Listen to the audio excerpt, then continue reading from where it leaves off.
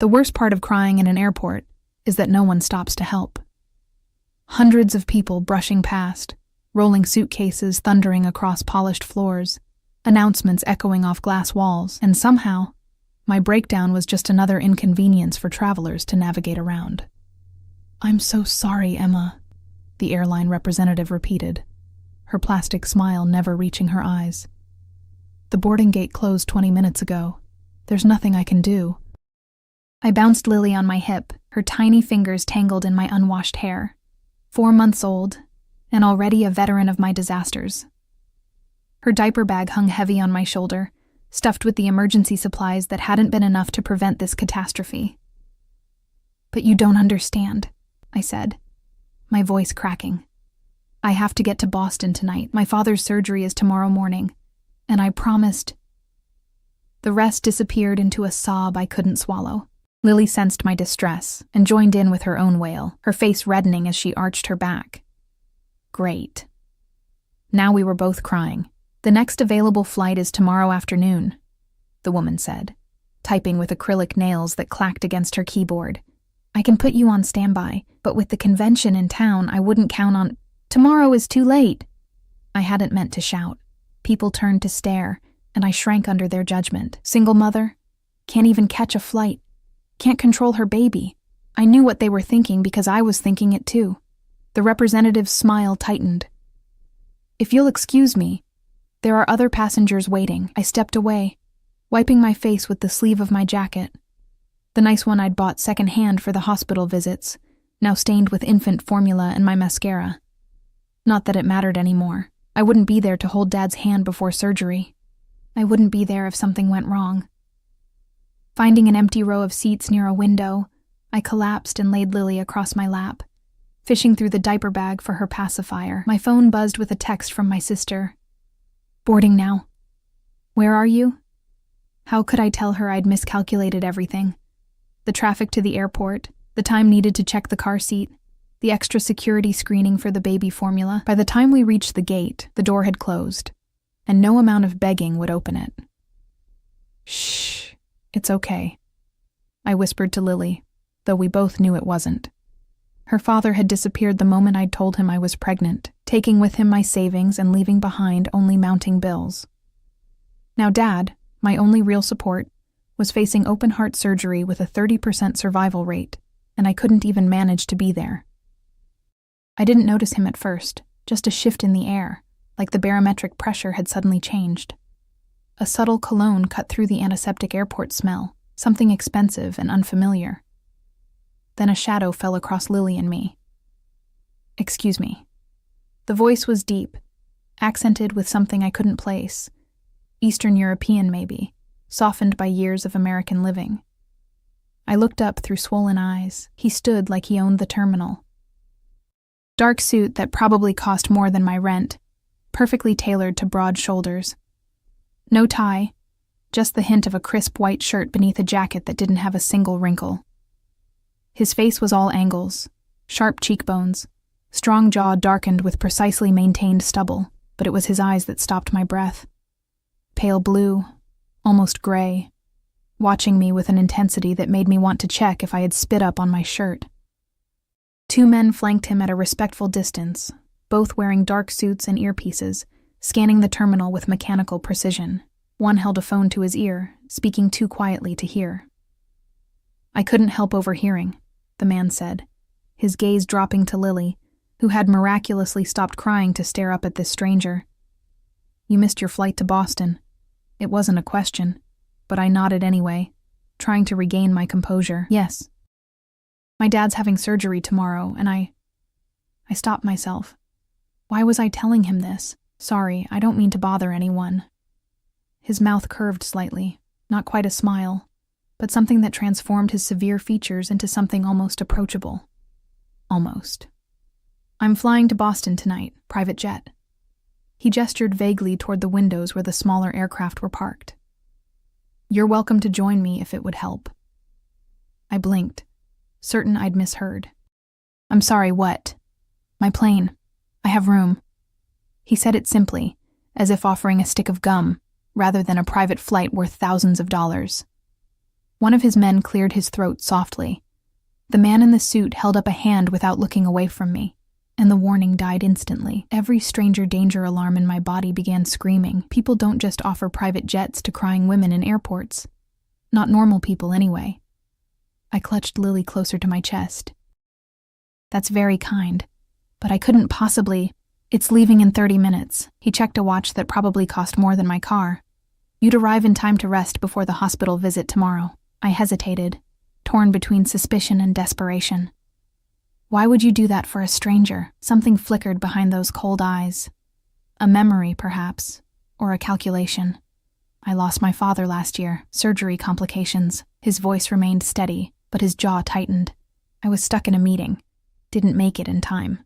The statement hung between us, simple and devastating. I found myself believing him, though I had no reason to. I have a baby, I said stupidly, as if he couldn't see Lily squirming in my arms. That ghost of a smile returned. I noticed. My plane has everything she'll need. Formula, diapers, my assistant can arrange anything else. It was madness to even consider it. Get on a private plane with a stranger who looked like he could buy and sell my entire existence without checking his bank balance. A man with security guards and a command presence that made everyone in the terminal subtly shift their paths to avoid disturbing him. And yet, what choice did I have? Dad's surgery was high risk. If something happened and I wasn't there. I don't even know your name, I said, realizing how ridiculous that objection was given everything else about this situation. Alexander Volkov. He extended his hand, and I shifted Lily to shake it. His grip was warm and firm, engulfing my smaller hand completely. And you are? Emma Chen, and this is Lily. My daughter chose that moment to smile her gummy smile at him. The little traitor. Something soft passed over Alexander's face. There and gone so quickly I might have imagined it. He nodded once. Decision made. My security team will escort you. I have one call to make. Before I could respond, he turned away, speaking rapidly into a phone I hadn't even seen him remove from his pocket. The shorter of his two guards approached me, respectful but clearly used to being obeyed. Ms. Chen, if you'll follow me. Do you have luggage? I nodded dumbly, fumbling for my baggage claim tickets. The entire situation felt surreal, like I'd stepped into someone else's life. As the guard led me toward the exit, I glanced back to see Alexander watching us, phone still at his ear. Our eyes met, and a chill ran down my spine, not entirely unpleasant, but warning nonetheless. I'd just accepted an enormous favor from a complete stranger, a man whose very presence commanded deference. What I didn't know then, as I followed his security team with Lily babbling happily on my hip, was that I'd just made a catastrophic mistake. I wasn't just getting on Alexander Volkov's private jet, I was stepping into his world, and once you enter the orbit of a man like him, you don't just walk away. The car that transported us to the private airfield was a black SUV with windows so tinted I could barely see outside. Lily was fascinated by the leather interior, reaching out to pat the seats with her tiny hands. I kept her on my lap, still half convinced I should grab my suitcase and run. First time on a private jet? The driver's eyes met mine in the rearview mirror. Unlike Alexander's other security, he seemed almost friendly. Is it that obvious? I adjusted Lily's little headband, which had gone askew during her earlier tantrum. He chuckled. Mr. Volkov doesn't often extend invitations to strangers. You must have made quite an impression. There was something in his tone, not quite a warning, but close. Before I could analyze it further, we pulled up to a sleek white aircraft that made my heart skip. This wasn't just a private plane. This was luxury beyond anything I'd ever encountered. Alexander was already there, standing at the bottom of the stairs leading up to the cabin, hands in his pockets as he spoke to a uniformed pilot. When our car stopped, his attention immediately shifted to us. To me. The driver opened my door and helped me out. Lily clutched firmly against my chest. The night air was cool, and I shivered, from the temperature or from nerves I couldn't tell. Emma? Alexander said my name like he was testing it on his tongue. Come, we're cleared for takeoff. As I climbed the stairs, careful not to trip with Lily in my arms, I had no way of knowing that missing my commercial flight wasn't an accident of poor planning. It was the first thread in a web I didn't even know existed. The interior of the jet stunned me into silence. Cream leather seats, wider than my sofa at home. Polished wood tables. Lighting that somehow managed to be both bright enough to see and soft enough to soothe. The carpet was thick enough that my worn sneakers sank slightly with each step. "Please, sit anywhere." Alexander gestured to the cabin as he followed me inside. "Would you like something to drink? Water? Wine?" "Just water, thank you." I settled into a seat, arranging Lily on my lap. She was wide-eyed, taking in the unfamiliar surroundings with the curiosity only babies possess. "This is incredible. I've never seen anything like it. It serves its purpose." He said it casually, as if a multi-million-dollar private jet was simply a practical necessity rather than an outrageous luxury. A flight attendant I hadn't noticed appeared with a crystal glass of water for me and a hot towel. She smiled warmly at Lily, who rewarded her with a toothless grin. "Mr. Volkov, we're ready for departure. Flight time to Boston will be approximately 1 hour and 40 minutes. The pilot stood respectfully at the entrance to the cockpit. Alexander nodded. "Thank you, James." As the engines hummed to life, I secured Lily more firmly on my lap. Suddenly aware that I had no car seat or safety device for her, Alexander must have noticed my concern. "One moment." He pressed a button, and a compartment opened in the wall. From it, he withdrew what looked like a custom infant seat. "We can secure this to your chair." I stared at him. "You just happen to have a baby seat on your private plane?" That ghost of a smile appeared again. "I don't. I had it brought on board when I invited you." While I was still processing that, the efficiency, the expense, the sheer presumption that I would actually accept his offer, he knelt beside my seat and began attaching the contraption. His movements were precise, those elegant hands working with unexpected competence. A faint scar ran across his right knuckles, the only imperfection I could see. "You arranged this in the 20 minutes since we met?" I asked as he finished securing the seat. 23 minutes, he corrected, rising to his full height. "My people are very efficient." The plane began taxiing, and I placed Lily in the seat, marveling at how perfectly it fit her. She kicked her legs experimentally, delighted by this new vantage point. Alexander took the seat opposite us, his long legs stretched comfortably in the spacious cabin. "You said your father is having surgery tomorrow," he said once we were airborne, those intense eyes focused on me. "What kind of surgery?" "Triple bypass. He's had heart problems for years, but it's gotten worse." I swallowed hard. The doctor said there's a significant risk, given his age and condition. Alexander nodded thoughtfully. "Which hospital?" "Massachusetts General. Good choice. Their cardiac unit is excellent." He reached for a tablet on the table between us. "What's your father's name?" The question seemed innocent, but something in his tone made me hesitate. "Robert Chen." "Why?" He didn't answer immediately, his fingers moving across the screen with purpose. "I know several of the cardiac surgeons there. I may be able to arrange for the best team to handle his case." My mouth fell open. "You can do that?" His eyes met mine over the tablet. "I can do many things, Emma Chen." The way he said it, calm, matter-of-fact, yet loaded with implication, sent a shiver through me. Not fear exactly, something else entirely. "Why are you doing all this?" I asked, the question that had been burning in me since the terminal. The flight, the baby seat, now offering to help with my father's surgery. "You don't know me." Alexander set the tablet down, considering me with those unreadable eyes. "Let's say I recognize something in you. A determination, a desperation." His gaze slid to Lily, who was happily playing with a plush toy the flight attendant had provided. "A loyalty to family that I respect." I wasn't sure I believed him, but I also wasn't in a position to refuse help. Not when Dad's life might depend on it. "Thank you," I said simply. "I don't know how I could ever repay you." Something dark flashed across his face, there and gone before I could interpret it. "We needn't worry about that now." The flight attendant reappeared with a tray of food I hadn't ordered, tiny sandwiches, fruit arranged with artistic precision, and what appeared to be homemade baby food in a small porcelain bowl. "I took the liberty of arranging a light meal," Alexander explained. "You looked like you hadn't eaten in some time." He wasn't wrong. Between packing, arranging time off from my part-time job at the library, and managing Lily's schedule, I'd forgotten to eat anything substantial since morning. That's very thoughtful, I murmured, suddenly aware of how disheveled I must look compared to the pristine luxury surrounding me. My hair was pulled back in a messy ponytail, my clothes rumpled from hours of travel and baby care. Alexander seemed not to notice, or perhaps not to care.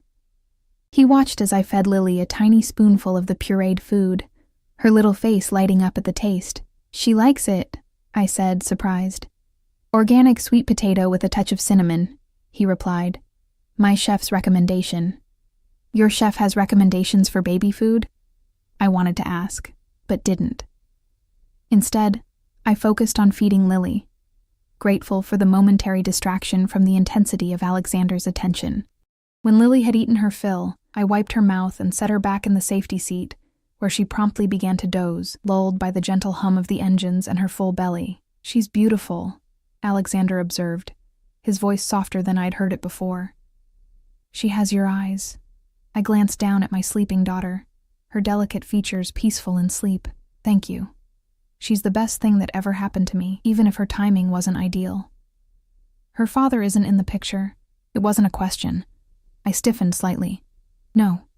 He left when I told him I was pregnant, took most of our savings with him." Alexander's expression hardened, a muscle ticking in his jaw. "His name?" The sudden shift in his demeanor alarmed me.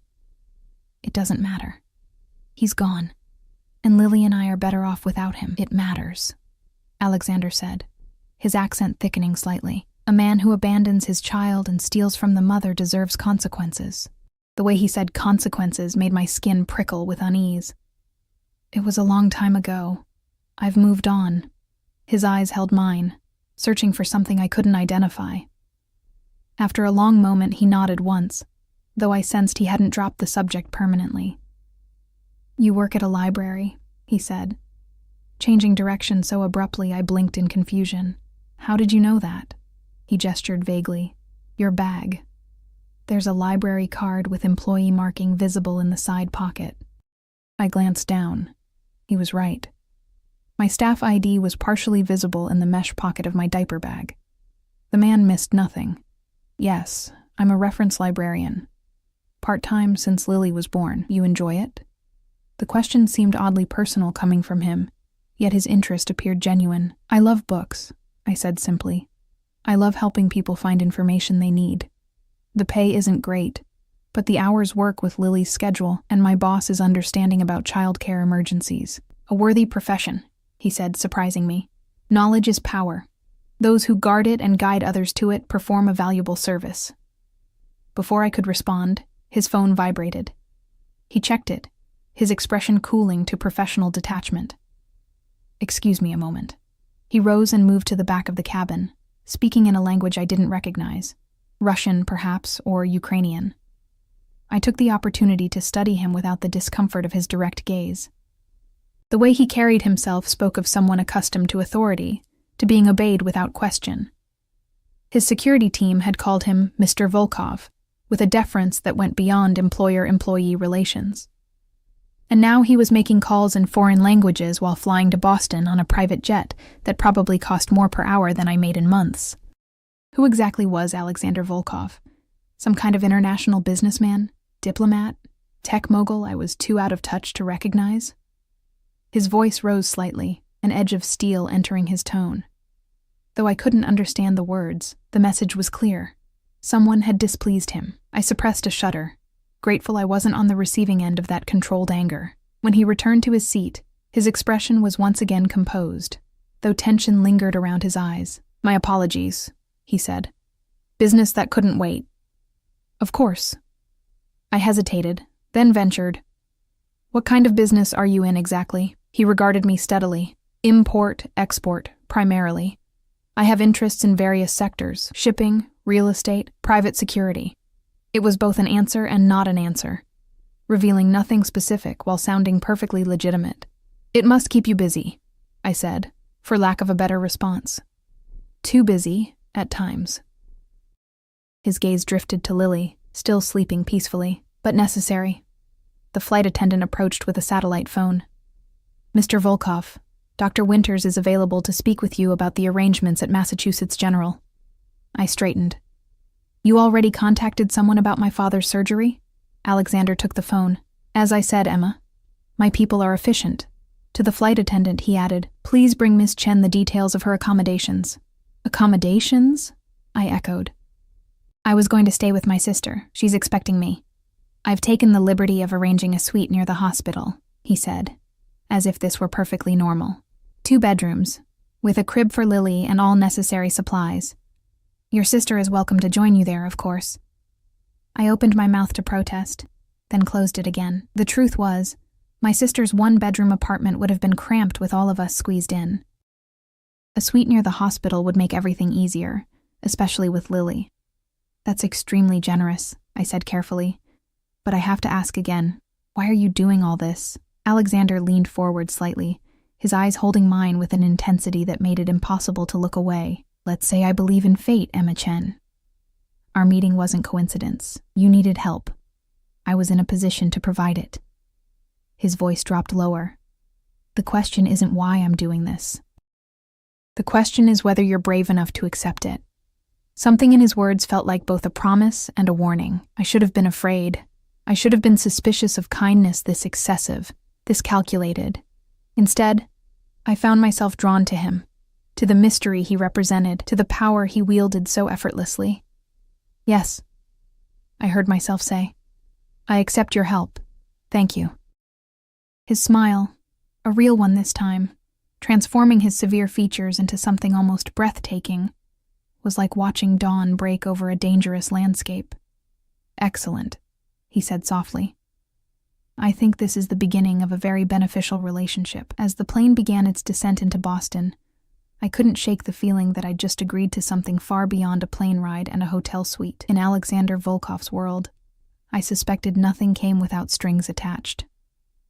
I just didn't know yet how tightly those strings would bind me. The car waiting for us at the private airfield in Boston was another black SUV with tinted windows.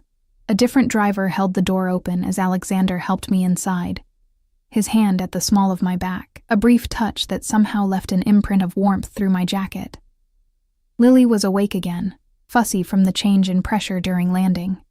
I bounced her gently on my knee, trying to soothe her as the vehicle pulled away from the runway. She's uncomfortable, Alexander observed, watching us with those penetrating eyes. Her ears, I explained. The pressure changes bother her. Without hesitation, he reached into his jacket pocket and produced a small silver container. Opening it revealed what looked like hard candy. Try this, he said, offering one to me. Dissolve it in your mouth, then nurse her. It's a natural remedy, fennel and honey. It will help with the pressure and soothe her stomach. I stared at him, taken aback. You have nursing candy in your pocket for babies with ear pain? The corner of his mouth twitched. I have many unexpected items, Emma. My business requires preparation for all contingencies. What kind of import-export business required baby remedies?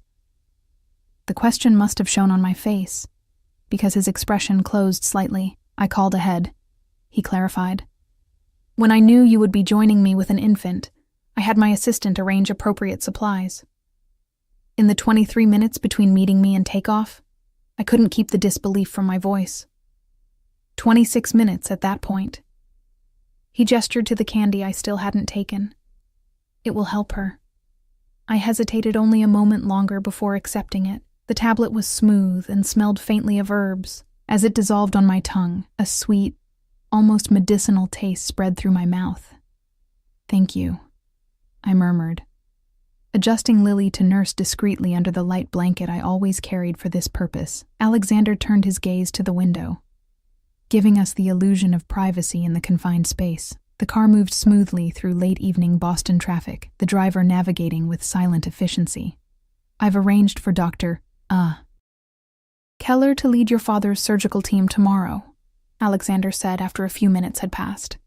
She's the chief of cardiothoracic surgery, normally booked months in advance, but she's agreed to take the case as a personal favor.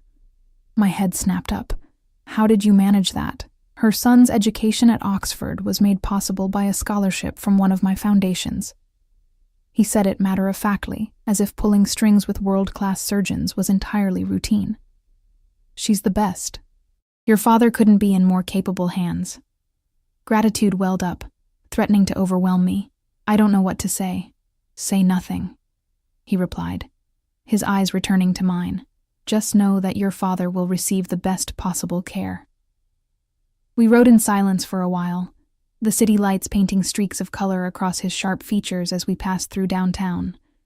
Lily finished nursing and dozed off again, her tiny fist clutching the edge of the blanket. "She sleeps well," Alexander noted, his voice softer in the dim car interior. "Only in motion," I said with a tired smile. "At home, she fights it like sleep is her mortal enemy." "Strong-willed," he said, something like approval in his tone. "That will serve her well in life." The car pulled up to a gleaming hotel in Back Bay, its facade illuminated with tasteful lighting. A doorman hurried to open the car door as our driver came around to assist me. "We're here, Mr. Volkov," the driver announced. Alexander nodded and exited first, then turned to offer his hand to me. I took it, careful not to disturb Lily as I stepped onto the sidewalk. His fingers closed around mine with surprising gentleness, though I could feel the strength beneath his restraint. The hotel lobby was a study in understated luxury: marble floors, crystal chandeliers, staff dressed in impeccable uniforms, who straightened almost imperceptibly as Alexander entered. He didn't approach the reception desk.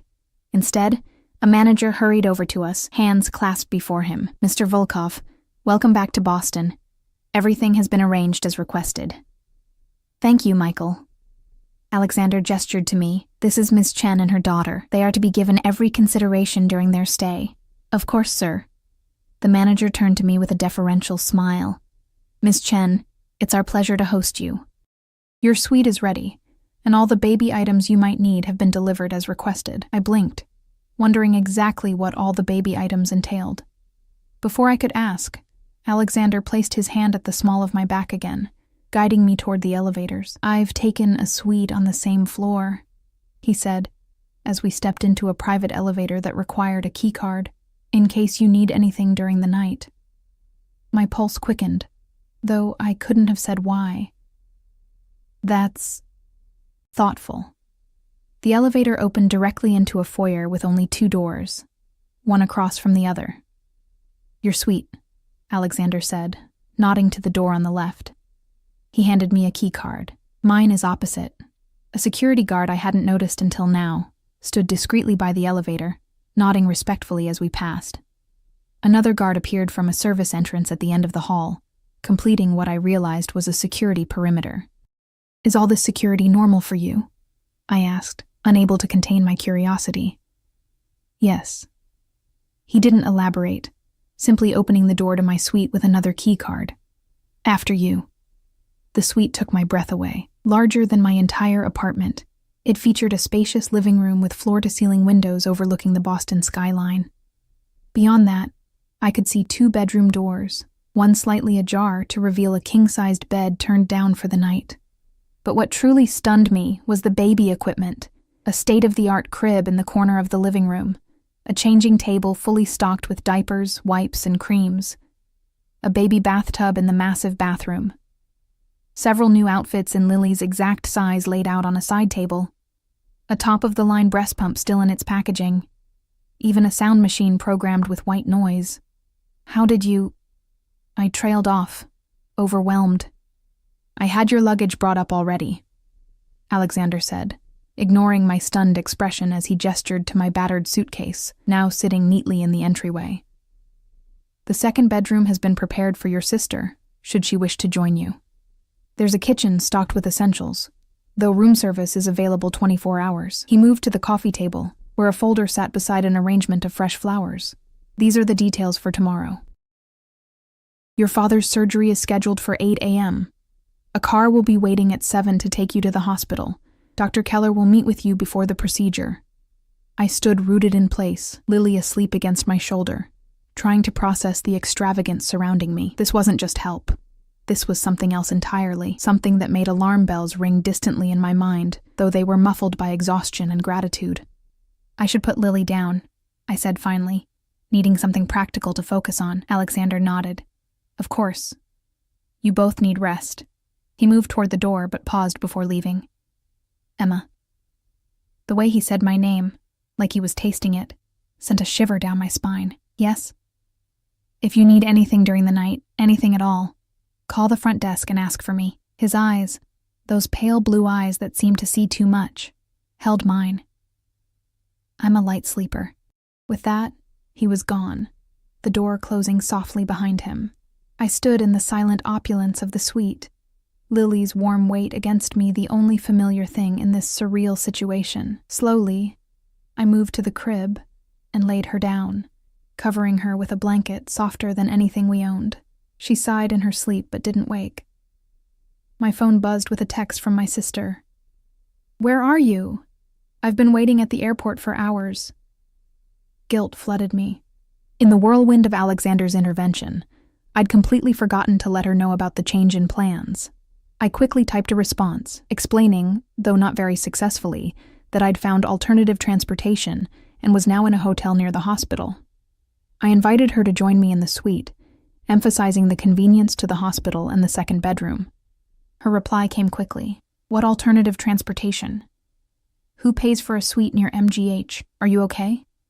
Before I could figure out how to explain Alexander Volkov, a task that seemed increasingly complex the more I thought about it, another text arrived. "Never mind. Too late to drive into the city tonight. We'll meet you at hospital tomorrow. Text me the second you get there, and call me tonight to explain." Relieved for the reprieve, I promised to call her in a few minutes after I'd freshened up. Setting my phone aside, I wandered through the suite, still marveling at the luxury surrounding me. The bathroom was bigger than my bedroom at home, with a deep soaking tub and shower large enough for 3 people. Plush robes hung on the door, and the counter was stocked with high-end toiletries. On a whim, I turned on the bath, pouring in some of the scented oil provided. While the tub filled, I called my sister as promised, giving her an abbreviated version of events. A kind businessman had offered his private flight when he overheard my plight, and had connections at the hospital that might help Dad. I downplayed the luxury accommodations, and avoided mentioning the intense way Alexander looked at me, or how his mere presence made the air feel charged. "This sounds sketchy as hell, Emma," my sister said bluntly. "Normal businessmen don't just offer private jets to random women with babies. He had a similar experience with his father," I explained. "And he has the resources to help. Why would I refuse? Because nothing comes free in this world," she countered, "especially from rich men. Just be careful, okay? Text me every hour tomorrow until I get there." After promising I would, I ended the call and slipped into the bath, letting the hot water soothe my travel-weary muscles. My sister's warning echoed in my mind. She wasn't wrong. Alexander's generosity was excessive, suspicious even, yet I couldn't bring myself to feel threatened by him. Unsettled?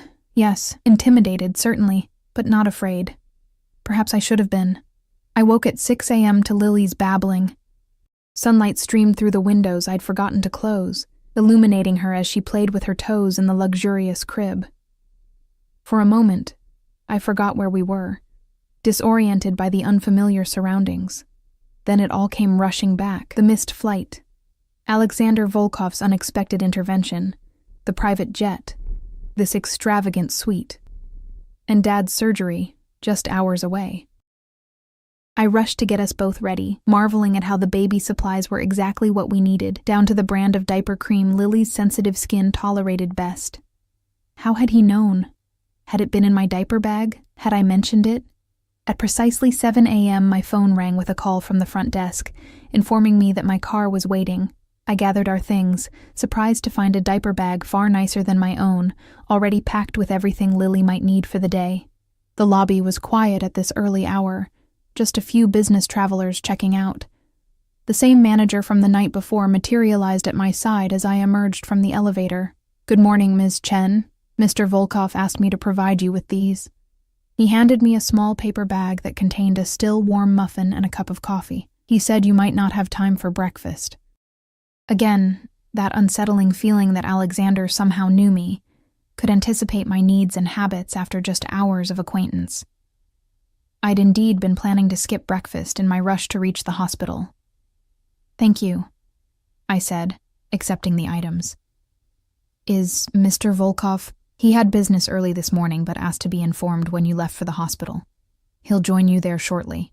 The car waiting outside was yet another black SUV. The same driver from the previous night held the door for me, helping me secure Lily's car seat, another new item that had mysteriously appeared, higher quality than anything I could have afforded. As we drove through morning traffic toward Massachusetts General Hospital, I tried to organize my thoughts, to prepare myself for whatever lay ahead. Dad's surgery, yes, but also Alexander Volkov and his inexplicable interest in my situation. The man was a puzzle, powerful, clearly wealthy, yet spending his time and resources on a struggling single mother he'd met by chance. I didn't believe in coincidences any more than I believed in fairy godmothers, which meant there was something more to Alexander's apparent altruism, some angle I wasn't seeing. The hospital came into view, its modern facade gleaming in the morning light. As the car pulled up to the main entrance, I saw a familiar figure waiting, tall, imposing, dressed in another immaculate suit. This one charcoal gray, Alexander Volkov, looking as if he'd been awake for hours, not a hair out of place. His eyes found mine through the car window, and that now familiar jolt of awareness passed through me. As the driver opened my door, I realized with startling clarity that whatever game Alexander was playing, I was already caught in it. And the most unsettling part? Some reckless part of me wanted to see how it would unfold. "Good morning," Alexander said as I approached, his eyes taking in Lily's fresh outfit and my hastily applied makeup. "Did you sleep well?" "Better than I expected," I admitted, adjusting Lily on my hip. "Thank you for the coffee." His mouth curved slightly. "You strike me as someone who requires caffeine in the morning."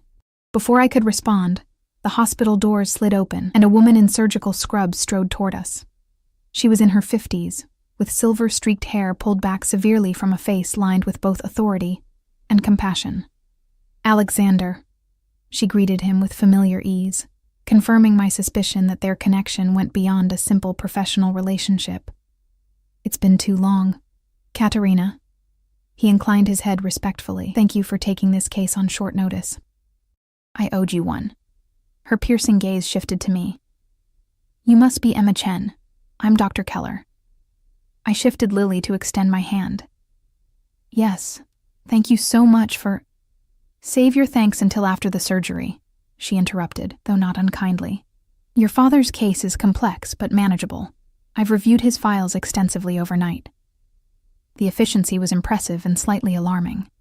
Normally, surgical consultations took weeks to arrange, let alone a complete case review by the chief of surgery.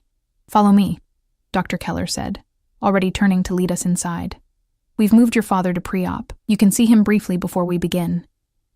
As we walked through the hospital corridors, I noticed how staff members reacted to Alexander's presence. Some with obvious recognition, others with the instinctive deference given to power. He moved with the confidence of someone completely at home in these halls, nodding occasionally to personnel we passed. "You know this hospital well," I observed quietly as we waited for an elevator. "I donate to their cardiac research program," he replied. A simple explanation, yet I sensed there was more to it than philanthropy. The elevator doors opened to reveal a woman in her early 30s, who could only be my sister, May. Her eyes widened when she saw me, then narrowed as they moved to Alexander. "Emma? There you are." She embraced me tightly, then pulled back to look at Lily. "And my favorite niece, your only niece," I reminded her with a smile, grateful for her familiar presence in this increasingly surreal situation. May's attention shifted to Alexander, her expression turning guarded. "And you are?" "Alexander Volkov." He extended his hand. "A friend of your sister's." May shook his hand with visible reluctance. "Funny, she's never mentioned you before." "We met recently," he said smoothly, unfazed by her suspicion. "At the airport." Dr. Keller cleared her throat impatiently. "If the family introductions are complete, we should proceed. Mr. Chen is waiting, and we have a schedule to maintain." The four of us entered the elevator, an awkward tableau. May shot me a look that clearly said, "We'll discuss this later," before turning her attention to Dr. Keller and asking pointed questions about our father's condition. I was grateful for her medical knowledge.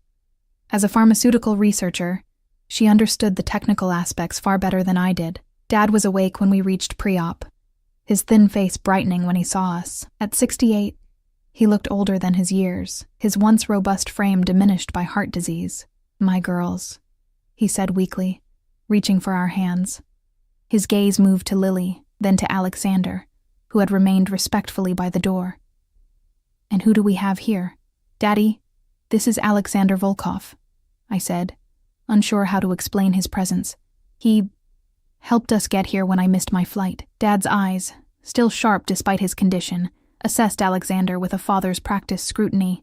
That was kind of you, young man. Alexander stepped forward, his demeanor shifting subtly, less commanding, more deferential. It was my honor, Mr. Chen. I've arranged for Dr. Keller to perform your surgery. She's the finest in her field. Dad looked between Alexander and me, a question in his eyes that I couldn't answer. Before he could voice it, Dr. Keller stepped in. We need to begin, Mr. Chen. Say your goodbyes for now. We each kissed Dad's cheek, May holding on a moment longer, whispering something in Mandarin that made him smile. I held Lily close so he could stroke her cheek one last time. See you on the other side, he said with forced cheerfulness, as orderlies came to wheel him away. As he disappeared through the doors, I felt my composure begin to crack. The reality of the situation, Dad's life hanging in the balance, hit me with full force. I clutched Lily tighter, as if she were a lifeline. The surgery will take approximately 6 hours, Dr. Keller informed us. I'll send updates periodically. The waiting room is down the hall. After she left, an uncomfortable silence fell over our group. May broke it, her voice tight with controlled anger. So, private jets and chief surgeons on speed dial. Want to explain what's really going on here, Emma? I flushed, acutely aware of Alexander's presence beside me. It's exactly what I told you. I missed my flight, and Alexander offered to help. People don't just offer private jets and 5-star hotel suites out of the goodness of their hearts, she hissed, keeping her voice low. Especially not to women traveling alone with babies. Alexander cleared his throat softly. Perhaps I should give you sisters some privacy. Emma, I'll be nearby if you need anything. Before I could respond, he stepped away, moving down the hall with the fluid grace I was coming to recognize as characteristic of him. Even in retreat, he commanded attention, his tall figure drawing glances from hospital staff. Who is he, really? May demanded once he was out of earshot. And don't give me that "we just met" line again. Men like that don't help strangers without expecting something in return. I don't know who he is, not really, I admitted, leading her toward the waiting room. But he's the reason Dad has the best cardiac surgeon in the country. He's the reason we're staying in a suite 5 minutes from the hospital instead of crammed into your apartment. Whatever his motives, his help is real. May looked unconvinced. Have you Googled him at least? Checked if he has a criminal record? I hadn't. And the realization made me feel foolish. In the whirlwind of events, I'd accepted Alexander's help without the most basic due diligence. I'll do it now, I said, pulling out my phone while settling Lily on a playmat I'd brought from the hotel. A quick search for Alexander Volkov Boston yielded several results. Most prominently, articles about charitable donations to various causes, including Massachusetts General's cardiac unit. A few business news pieces mentioned his import-export company and real estate holdings. There were photos of him at galas and fundraisers, always impeccably dressed, often alone or with business associates rather than romantic partners. Nothing overtly suspicious, yet the information felt carefully curated, as if designed to present a specific image to the world. What was missing spoke volumes.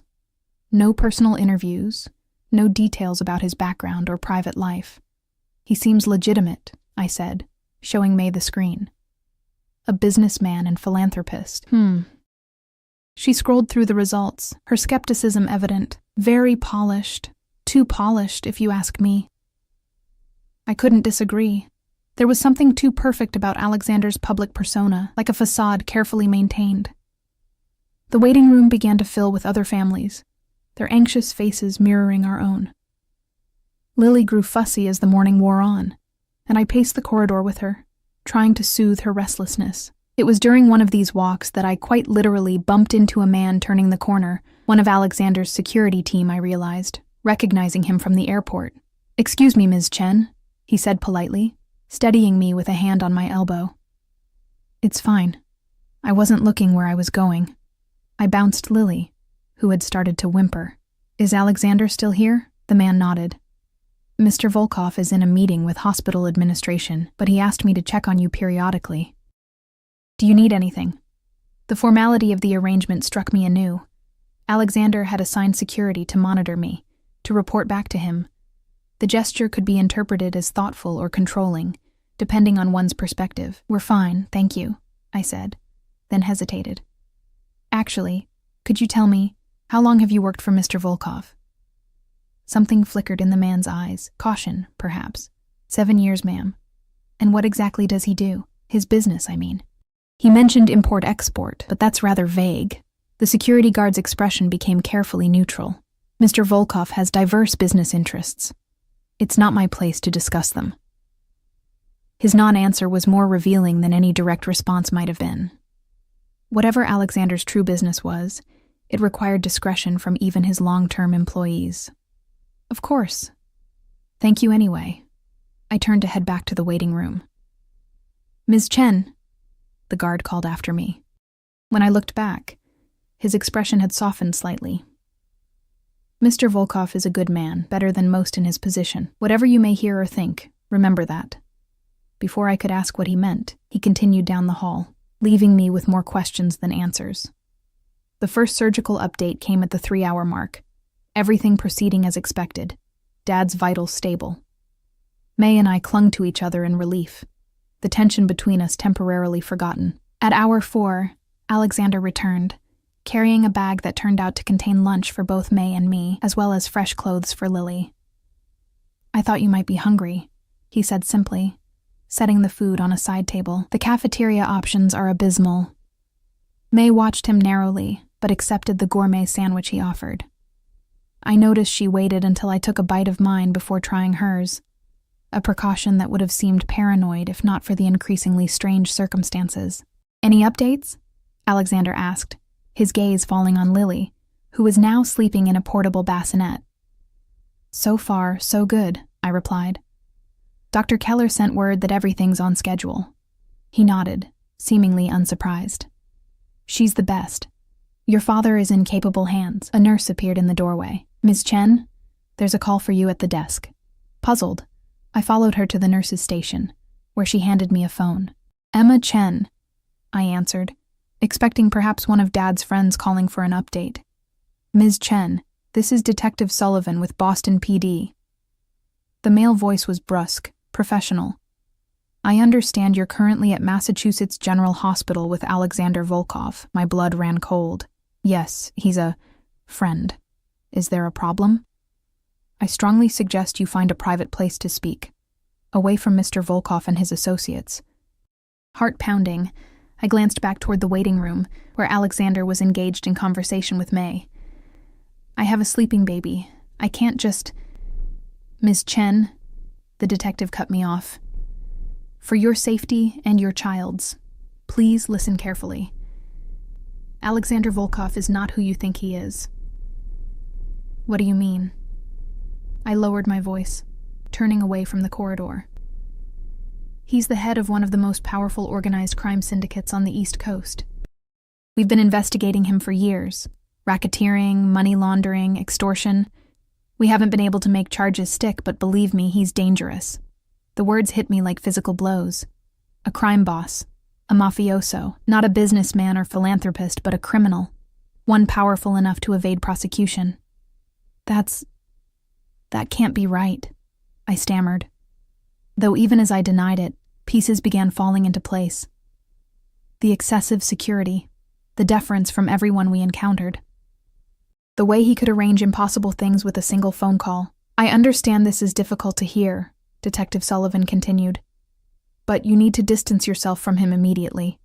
We can arrange protection if necessary. My mind raced. If what the detective said was true, I'd unwittingly accepted help from a criminal, had allowed him into our lives, had even left my daughter alone with him briefly. Yet Alexander had been nothing but helpful and respectful. He'd arranged the best care for my father, had provided comfort and security when I most needed it. His actions didn't align with the detective's description. Why are you telling me this? I asked, suspicion growing. If he's as dangerous as you claim, why approach me at all? A slight pause. We've been building a case. Your unexpected connection to him presents an opportunity, if you were willing to help us, and there it was. Not concern for my safety, but an attempt to recruit me as an informant, to use my tenuous connection to Alexander for their investigation. I need to go, I said abruptly. My father is in surgery. Ms. Chen, please consider. I hung up, my hands shaking. When I turned around, Alexander stood at the end of the hallway, watching me with those unreadable eyes. Had he heard? Did he know who had called? His expression revealed nothing as I approached. Everything all right? I forced myself to meet his gaze, searching for signs of the criminal mastermind the detective had described. I saw only the man who had helped us when we were desperate, who had arranged the best possible care for my father. Wrong number, I lied, the words bitter on my tongue. Something in his eyes told me he knew better. But he didn't press. Instead, he simply offered his arm. Dr. Keller sent another update. Your father is doing well. The most critical part of the procedure is complete. Relief washed over me, temporarily displacing my confusion and fear. Dad was going to be okay. Whatever else was happening, whatever Alexander Volkov truly was, that fact remained. As we walked back to the waiting room, his hand came to rest lightly at the small of my back again, that now familiar gesture that somehow communicated both protection and possession. I should have pulled away, should have made an excuse, taken Lily, and left with May. Instead, I let him guide me back to my sister, the detective's warnings echoing in my mind, even as I leaned slightly into Alexander's steadying touch. I was playing with fire, and the most terrifying part was, some reckless part of me didn't want to stop. The remainder of Dad's surgery passed in a haze of anxiety, the detective's revelation competing with my concern for my father. I found myself watching Alexander with new eyes, searching for signs of the dangerous criminal Sullivan had described. Yet what I saw contradicted the detective's warnings. Alexander was attentive without being intrusive, anticipating our needs with uncanny accuracy. When May mentioned being cold, a cashmere wrap appeared. When Lily became cranky, he produced a teething toy that soothed her instantly. He handled calls discreetly, stepping away to maintain privacy while his security team remained at a respectful distance. Was this all an elaborate facade? A performance designed to win my trust for reasons I couldn't fathom? Finally, at the 6-hour mark, Dr. Keller appeared, surgical cap still in place, her expression giving nothing away. The surgery was successful, she announced without preamble. We encountered some complications with calcification around the valves, but were able to address them. He's being moved to recovery now. The relief was so intense I nearly collapsed. May gripped my hand, her earlier suspicions temporarily forgotten in the joy of knowing Dad had made it through. When can we see him? She asked. He'll be heavily sedated for the next 12 hours. I recommend you both get some rest and return tomorrow morning. Dr. Keller's gaze shifted to Alexander. The post-operative care will be extensive. I've arranged for the best rehabilitation specialists. He nodded once. Thank you, Katerina. Your skill is unmatched. Something passed between them, an understanding born of shared history. Then Dr. Keller turned back to us. Your father is a strong man. With proper care, he should make a full recovery. She squeezed my shoulder briefly, the gesture startlingly human from someone so professionally detached, before departing. As we gathered our things, Alexander's phone vibrated. He checked it, his expression darkening infinitesimally before smoothing back to its usual composed state. I must attend to some business, he said, returning the phone to his pocket. My driver will take you both back to the hotel. Emma, might I have a word before you leave? May shot me a warning look, which I ignored as I followed Alexander to a quiet corner of the waiting room. Detective Sullivan contacted you, he said without preamble, his voice low enough that only I could hear. My breath caught. How did you... The hospital switchboard is monitored by my security team, a standard precaution. His expression remained neutral, but his eyes had hardened to chips of blue ice. I assume he made certain claims about me and my business. There was no point denying it. He said you're the head of an organized crime syndicate, that you're being investigated for racketeering, money laundering, extortion. I expected denial, perhaps outrage. Instead, Alexander simply studied me, as if gauging my reaction rather than defending himself. "And do you believe him?" he asked finally. "I don't know what to believe," I answered honestly. "You've been nothing but helpful and generous. But your level of influence, the security, the way everyone defers to you." I took a deep breath. "It's not normal, Alexander." A ghost of a smile touched his lips. "No, it's not normal." He glanced over to where Lily slept in May's arms. "Do you feel unsafe with me, Emma? Do you believe I would harm you or your daughter?" The question cut to the heart of my confusion. Despite the detective's warnings, despite the growing evidence that Alexander was not simply a legitimate businessman, I had never felt physically threatened by him. "No," I admitted. "I don't believe you would hurt us." "Then trust that instinct." He reached out, his fingertips lightly brushing my cheek in a gesture so unexpected it left me momentarily speechless. "Go rest. We'll speak more tomorrow." As his security team escorted us to the waiting car, May remained suspiciously quiet. Only when we were alone in the hotel suite did she explode. "You're in over your head, Emma. That man is dangerous. I can feel it." She paced the living room while I put Lily down for a nap. The way his people watch everything, the way he knows things he shouldn't. It's not right. "He arranged for Dad to have the best surgeon in the country," I countered, though my own doubts echoed her concerns. "He's provided everything we've needed." "And what does he want in return?" May demanded. Men like that don't give without expecting something back. The question had haunted me since the airport. Why me? Why us? "I don't know," I admitted. "But right now, I'm just grateful Dad's okay. We can figure out the rest tomorrow." May clearly wanted to argue further, but exhaustion had claimed both of us. She retreated to the second bedroom while I took a long shower, letting the hot water wash away the hospital's antiseptic smell and the day's tension. As I stepped out, wrapped in one of the plush hotel robes, my phone chimed with a text message from an unknown number. "Check the living room." Curious and wary in equal measure, I opened the door to find a garment bag hanging from the decorative screen. Inside was an elegant black dress, simple yet clearly expensive, with a note pinned to the collar. "For tomorrow evening. I thought you might not have packed formal wear. Alexander." Beneath the dress was a shoebox containing heels in my exact size, and a smaller bag with understated jewelry, silver and sapphires that would complement my eyes. Formal wear? For what? As if anticipating my confusion, another text arrived. "Tomorrow, after visiting hours. Dinner, just the two of us. There are things we should discuss." I stared at the message, my emotions a conflicted tangle. The rational part of me knew I should decline, should distance myself from this man who might be everything the detective claimed. Yet another part, a part I barely recognized, wanted to understand him, to unravel the mystery of Alexander Volkov. After a long moment, I typed, "Yes." Morning brought a flurry of activity. Dad was awake, groggy but stable. May and I spent most of the day at his bedside, watching for every small sign of improvement. Dr. Keller visited twice, her assessment cautiously optimistic. Dad would need extensive rehabilitation, but the surgery had been a success. Throughout the day, I felt the weight of the evening ahead. May had reluctantly returned to her apartment for work clothes, planning to come back for another hospital shift in the evening. I hadn't mentioned my dinner plans with Alexander, knowing she would object strenuously. As visiting hours ended, I kissed Dad's forehead and promised to return first thing tomorrow. "That young man," he said weakly, his voice raspy from the intubation tube. "The one who arranged all this. He came by earlier." I froze. "Alexander was here? When?"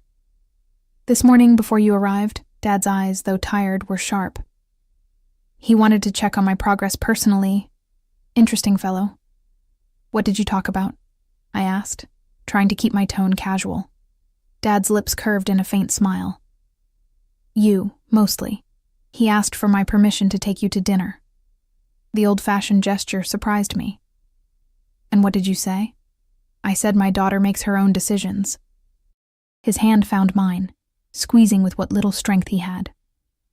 "But I also said that any man who arranges a top surgeon for a stranger's father deserves at least one dinner."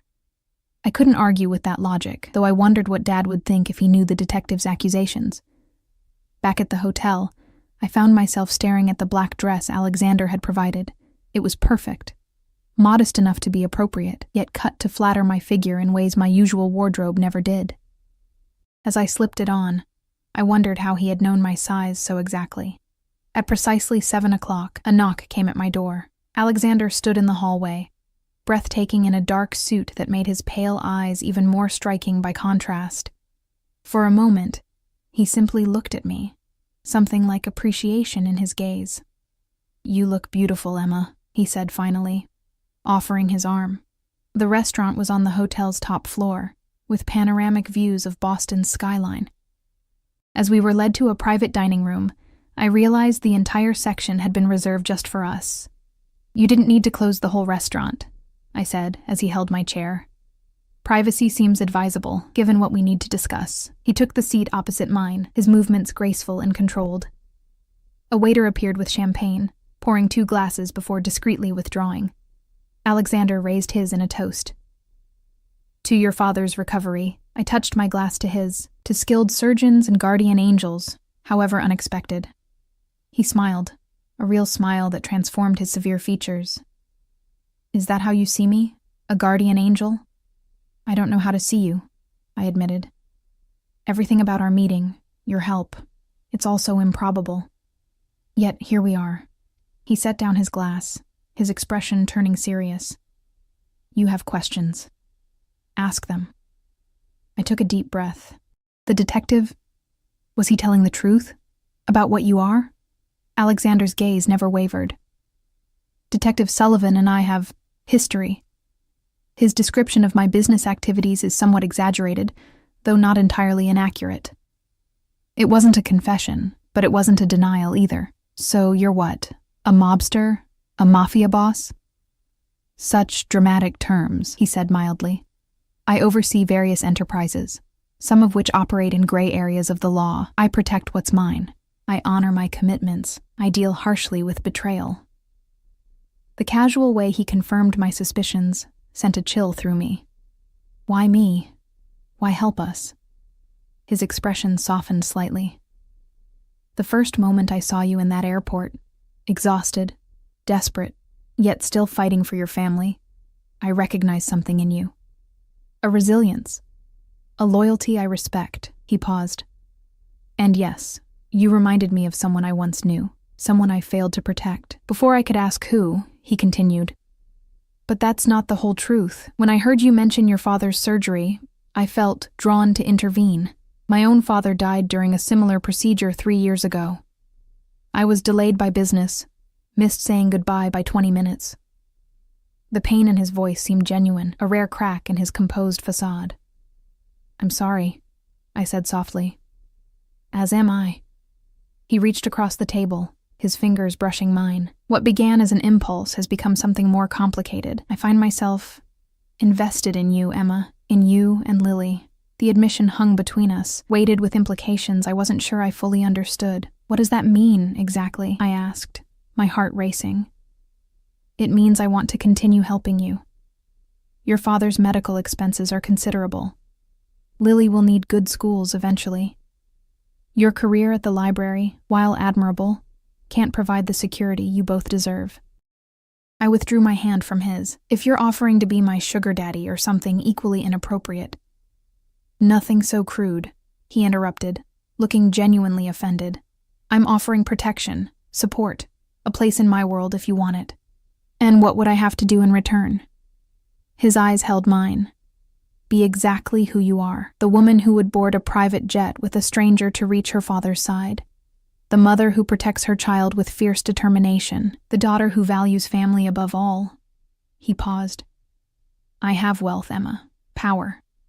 What I lack is someone I can trust completely." The realization dawned slowly. "You're lonely," I said, the words escaping before I could reconsider them. Something vulnerable flashed across his face, there and gone in an instant. Perhaps.